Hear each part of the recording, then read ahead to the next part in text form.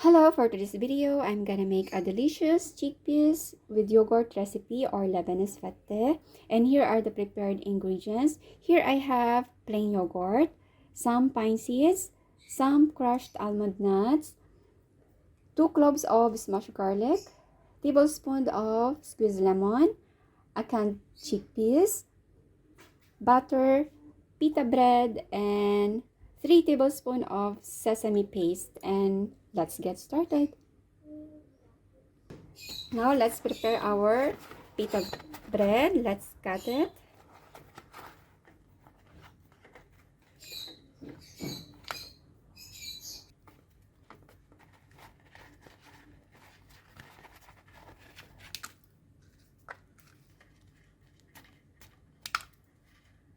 Now let's cut the remaining. Cut it into medium cube size and done. Set aside. Using our frying pan, let's dry frying our prepared bread. You can put oil or without oil.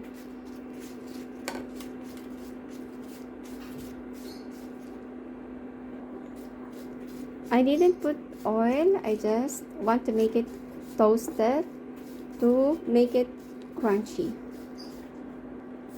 Keep on stirring to avoid burning and fry it with medium heat. And now it starts getting crunchy. Let's check.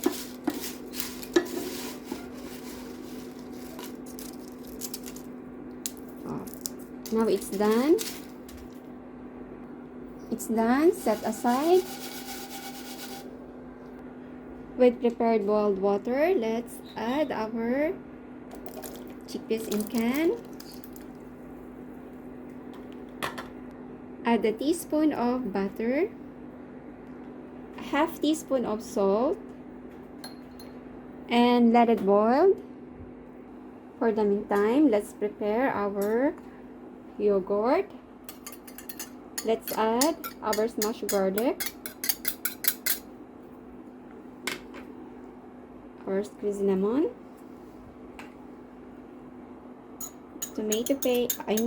sesame paste,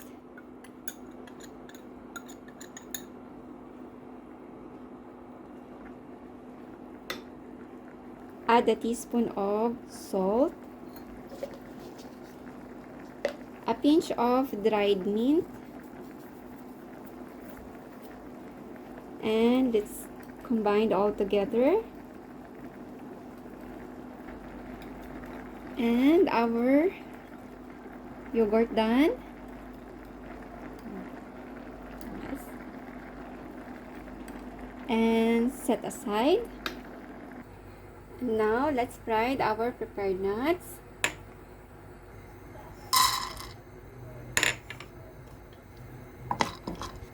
Let's add butter.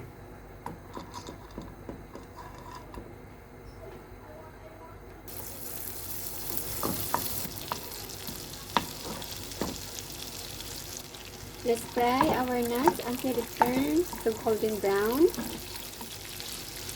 Now it's done. Set aside. And our chickpeas also done. And our empty bowl, let's add our prepared fried bread.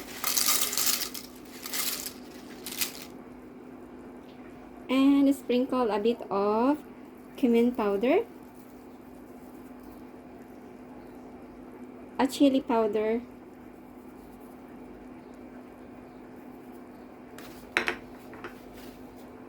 and add our boiled chickpeas.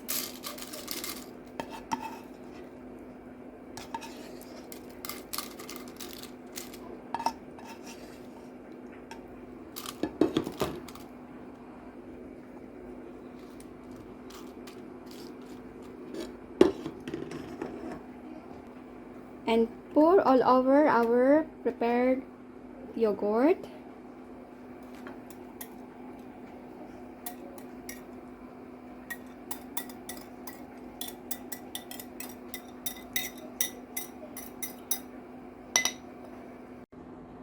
And let's add our fried nuts.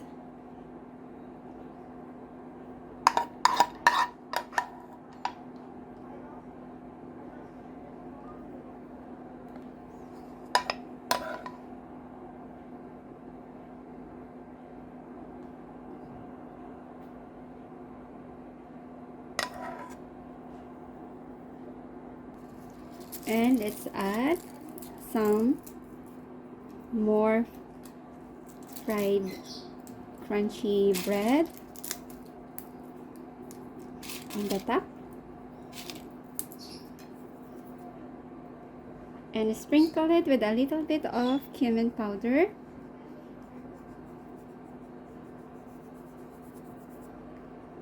A chili powder.